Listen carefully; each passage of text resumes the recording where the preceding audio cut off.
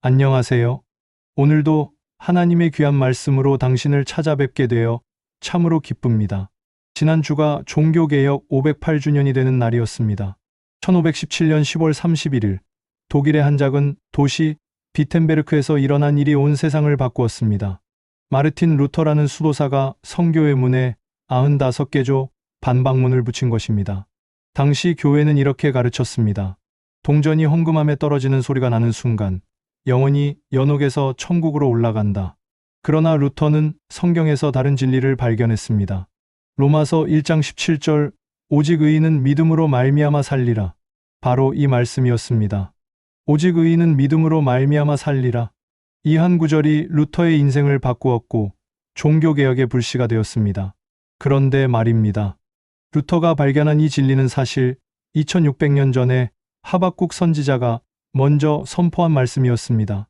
오늘 당신과 제가 살아가는 이 시대는 하박국 시대와 참 많이 닮아 있습니다. 매일 뉴스를 보면 마음이 무거워집니다. 전쟁과 기근, 질병과 재난, 폭력과 부패의 소식들이 끊이지 않습니다. 이런 때에 당신은 어떻게 살아야 할까요? 하나님은 정말 살아계실까요? 의롭게 사는 것이 무슨 의미가 있을까요? 바로 이런 질문을 2600년 전 하박국 선지자도 하나님께 던졌습니다. 그리고 하나님께서는 놀라운 답을 주셨습니다. 하박국 2일의 4절. 오늘 이 말씀을 통해 그 답을 당신과 함께 찾아가 보겠습니다. 첫째로, 의인은 기다림의 자리에 서는 사람입니다. 하박국 2장 1절 말씀입니다. 내가 내 파수하는 곳에 서며 성로에 서리라. 그가 내게 무엇이라 말씀하실는지 기다리고 바라보며 나의 질문에 대하여 어떻게 대답하실는지 보리라. 하박국은 파수대에 올라갔습니다. 파수대는 망대입니다. 적의 침입을 감시하고 위험을 알리는 곳입니다. 그런데 하박국은 적을 감시하러 올라간 것이 아닙니다. 하나님의 응답을 기다리러 올라갔습니다. 파수하는 곳이라는 말이 히브리어로 미시마르티인데 이것은 그냥 가만히 멍하게 서 있는 것이 아닙니다. 긴장하며 주의 깊게 관찰하며 서 있는 상태를 말합니다. 허드슨 테일러라는 선교사가 있었습니다. 중국 내지선 교회를 세운 분입니다. 1865년 테일러 선교사는 중국 내륙 지역에 복음을 전하기 위해 24명의 선교사가 필요하다는 부담을 받았습니다. 그런데 선교회에는 돈이 한 푼도 없었습니다. 테일러 선교사는 어떻게 했을까요? 자신의 방에 에베네셀, 여기까지 도우신 하나님이라는 글을 걸어두고 매일 새벽 3시에 일어나 기도했습니다. 중국 지도를 펼쳐놓고 각 지역을 손가락으로 짚어가며 주님, 이곳에 일꾼을 보내주소서라고 기도했습니다. 6개월 동안 하루도 빠짐없이 같은 자리에서 기도했습니다. 그리고 1866년 5월 26일 정확히 24명의 자원자가 모였고 필요한 모든 경비가 채워졌습니다. 테일러 선교사는 후에 이렇게 고백했습니다. 나는 하나님께서 응답하실 것을 확신했기에 매일 그 자리를 지켰다. 오늘 당신도 파수대에 올라가야 합니다. 기도의 파수대, 말씀의 파수대에 올라가 하나님의 음성을 기다려야 합니다.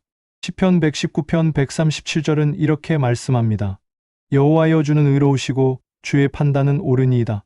하나님은 의로우신 분입니다. 하나님의 때에 하나님의 방법으로 반드시 응답하십니다. 지금 당신은 무엇을 기다리고 계십니까? 자녀의 변화입니까? 질병의 치유입니까? 경제적 회복입니까? 관계의 회복입니까? 포기하지 마세요. 파수대에서 내려오지 마세요.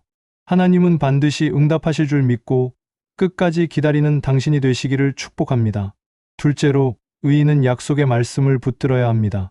하박국의 기다림에 하나님께서 응답하셨습니다. 하박국 2장 2절부터 3절 말씀입니다. 여호와께서 내게 대답하여 이르시되 너는 이 묵시를 기록하여 판에 명백히 새기되 달려가면서도 읽을 수 있게 하라. 이 묵시는 정한 때가 있나니 그 종말이 속히 이르겠고 결코 거짓되지 아니하리라. 비록 더딜지라도 기다리라. 지체되지 않고 반드시 응하리라. 하나님은 하박국에게 묵시를 기록하라고 하셨습니다. 그것도 판에 명백히 새기라고 하셨습니다. 달려가면서도 읽을 수 있게 하라는 말씀은 급한 전령이 뛰어가면서도 읽을 수 있을 만큼 크고 분명하게 쓰라는 의미입니다. 왜 기록해야 할까요? 첫째, 잊어버리지 않기 위해서입니다. 둘째, 다른 사람들과 나누기 위해서입니다. 셋째, 후대에 전하기 위해서입니다. 찰스 스펄전이라는 목사님이 있었습니다. 19세기 영국의 위대한 설교자였습니다. 스펄전 목사님의 설교를 듣기 위해 매주 6천 명이 모였고 그의 설교집은 지금까지 2억 부 이상 팔렸습니다. 그런데 이 위대한 설교자도 심한 고통을 겪었습니다. 극심한 우울증과 통풍으로 고생했습니다. 1856년 스펄전 목사님이 설교하던 중에 화재, 소동이 일어나 7명이 사망하고 28명이 중상을 입는 사고가 있었습니다. 이 사건 후 스펄전은 더욱 극심한 우울증에 시달렸습니다. 그러나 그는 하박국 2장 3절 말씀을 붙들었습니다. 비록 더딜지라도 기다리라. 스펄전 목사님은 일기장에 이렇게 썼습니다. 나는 깊은 절망의 구렁텅이에 빠져 있었다. 그러나 하나님의 약속은 변하지 않았다. 2020년 코로나19가 시작되었을 때 많은 교회들이 어려움을 겪었습니다. 대면 예배가 금지되고 헌금이 줄어들고 교회 공동체의 교제가 끊어졌습니다. 그러나 놀라운 일이 일어났습니다. 온라인 예배를 통해 복음이 전 세계로 퍼져나갔습니다. 해외에 있는 한인들, 선교지의 선교사들, 심지어 북한 지하교회에 믿는 이들까지 함께 예배드리는 기적이 일어났습니다. 데살로니가후서 1장 4절은 이렇게 말씀합니다. 그러므로 너희가 견디고 있는 모든 박해와 환난 중에서 너희 인내와 믿음으로 말미암아 하나님의 여러 교회에서 우리가 친히 자랑하노라. 초대교회에 믿는 이들도 박해와 환난 중에 하나님의 약속을 붙들었습니다. 당신도 하나님의 약속을 붙드세요. 당신의 기도 노트에 성경 여백에 마음판에 하나님의 약속을 새기세요. 하나님의 약속은 반드시 이루어짐을 믿고 끝까지 붙드는 당신이 되시기를 축복합니다. 셋째로, 의인은 믿음으로 살아가야 합니다. 드디어 핵심 구절입니다. 하박국 2장 4절을 함께 읽겠습니다. 보라 그의 마음은 교만하며 그 속에서 정직하지 못하나 의인은 그의 믿음으로 말미암아 살리라. 이 구절은 성경 전체에서 가장 중요한 구절 중 하나입니다. 바울 사도가 로마서 1장 17절과 갈라디아서 3장 11절에서 인용했고 히브리서 10장 38절도 이 구절을 인용합니다. 종교개혁의 핵심 구호 오직 믿음이 바로 이 구절에서 나왔습니다. 우리말 믿음은 히브리어로 에무나입니다. 이것은 견고하다, 확실하다는 뜻으로 신실함, 충성, 확고함을 의미합니다. 아무 의미 없이 믿는다는 뜻이 아니라 온 마음으로 신뢰하고 그 말씀에 헌신하겠다는 각오를 담은 것이 믿음입니다. 누가복음 19장의 삭개오를 보십시오. 삭개오는 여리고의 세리장으로 부자였지만 행복하지 않았습니다. 세리는 동족인 유대인들에게 세금을 걷어 적국인 로마에게 바치는 일을 했습니다. 그 중에서도 삭개오는 세리장이었으니 지금의 국세청장쯤 되는 공직자였습니다. 하지만 동족들에게는 배신자로 낙인 찍혔고 친구 하나 없는 외로운 사람이었습니다. 그러던 어느 날 예수님이 여리고를 지나가신다는 소식을 들었습니다. 키가 작았던 삭개오는 뽕나무에 올라갔습니다. 국세청장이라는 체면도 자존심도 버렸습니다. 예수님은 나무 위에 삭개오를 보시고 삭개오야 속히 내려오라. 내가 오늘 내 집에 머물러야 하겠다고 말씀하셨습니다. 그 한마디에 삭개오의 인생이 바뀌었습니다. 재산의 절반을 가난한 자들에게 주고 남을 빼앗은 것이 있다면 4배나 갚겠다고 선언했습니다. 믿음이 그의 삶을 완전히 변화시킨 것입니다. 윌리엄 윌버포스라는 영국의 정치가가 있었습니다. 24세에 국회의원이 되었고 28세에 회심했습니다. 윌버포스는 하나님께서 자신을 노예제도 폐지를 위해 부르셨다고 확신했습니다. 당시 영국은 노예 무역으로 막대한 부를 축적하고 있었습니다. 매년 수십만 명의 아프리카인들이 노예선에 실려 팔려갔습니다. 윌버포스는 의회에서 20년 동안 노예제 폐지를 외쳤습니다. 조롱과 협박을 받았고 여러 번 법안이 부결되었습니다. 그러나 윌버포스는 포기하지 않았습니다. 윌버포스의 일기에는 하박국 2장 4절이 수없이 인용되어 있습니다. 의인은 믿음으로 살리라.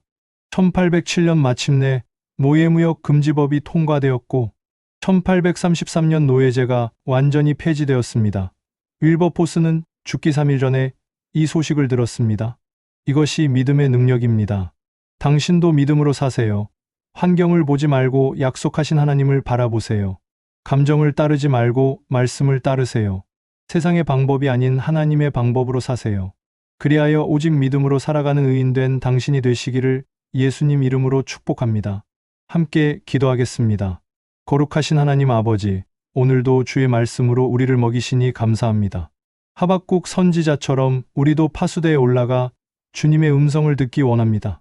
세상의 소음에 귀 기울이지 않고 오직 주님의 세미한 음성에 귀 기울이게 하소서. 주님의 약속을 우리 마음판에 새기고 믿음으로 살아가는 의인이 되게 하소서. 예수님의 이름으로 기도합니다. 아멘. 오늘 하박국의 말씀을 통해 이인은 믿음으로 살리라는 귀한 진리를 당신과 나누었습니다. 이 말씀이 당신의 마음 깊이 새겨져서 한 주간도 믿음으로 승리하는 복된 삶 사시기를 기원합니다. 다음 주에도 더욱 은혜로운 말씀으로 당신을 찾아뵙겠습니다. 평안히 가세요. 하나님의 축복이 당신과 함께 하시기를 축복합니다. 이 말씀이 은혜로우셨다면 구독과 좋아요 꼭 눌러주세요. 지인들에게 카톡이나 페이스북에 공유하는 것도 잊지 마세요. 구독을 눌러주시면 이 복음 전파에 큰 힘이 됩니다. 감사합니다.